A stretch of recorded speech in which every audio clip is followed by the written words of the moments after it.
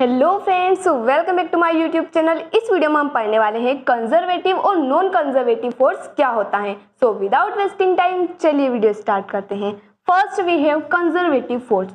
तो ये एक ऐसा फोर्स होता है जिसके द्वारा किया गया वर्क डन पाथ के नेचर पर डिपेंड नहीं करता है, बट डिपेंड करता है ओनली फाइनल और इनिशियल पॉइंट पर।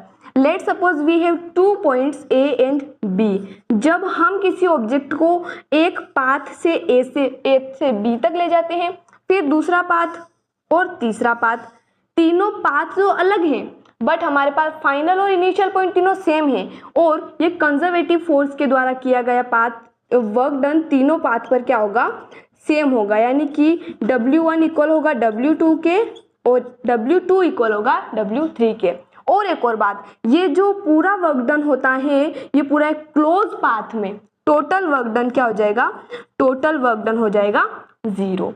अगर हम बात करें नॉन कंजर्वेटिव फोर्स की, तो एक ऐसा फोर्स जो कि पाथ के नेचर पर डिपेंड करता है, फाइनल और इनिशियल पॉइंट पर डिपेंड नहीं करता है। जैसे कि हमारे पास 2 पॉइंट है, हम ऑब्जेक्ट को 3 पाथ से कहाँ ले जाते हैं, ए से बी ले जाते हैं, तीनों पाथ अलग अलग हैं, तो वर्क डन भी क्या होगा, अलग अलग होगा। यानी कि W1 W2 के इक्वल नहीं होगा, W2 भी W3 के इक्वल नहीं होगा।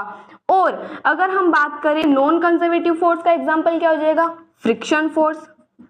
फ्रिक्शन फोर्स क्यों होगा, क्योंकि ये तो पूरी तरह से ही पाथ के नेचर पर डिपेंड करता है, पाथ रफनेस पर, स्मूथनेस पर। और अगर हम बात करें नॉन कंजर्वेटिव फोर्स की, तो जैसे हमारे पास है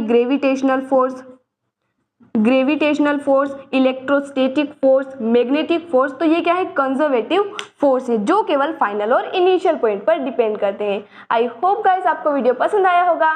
मिलते हैं अगले वीडियो में नए टॉपिक के साथ, तब तक के लिए धन्यवाद।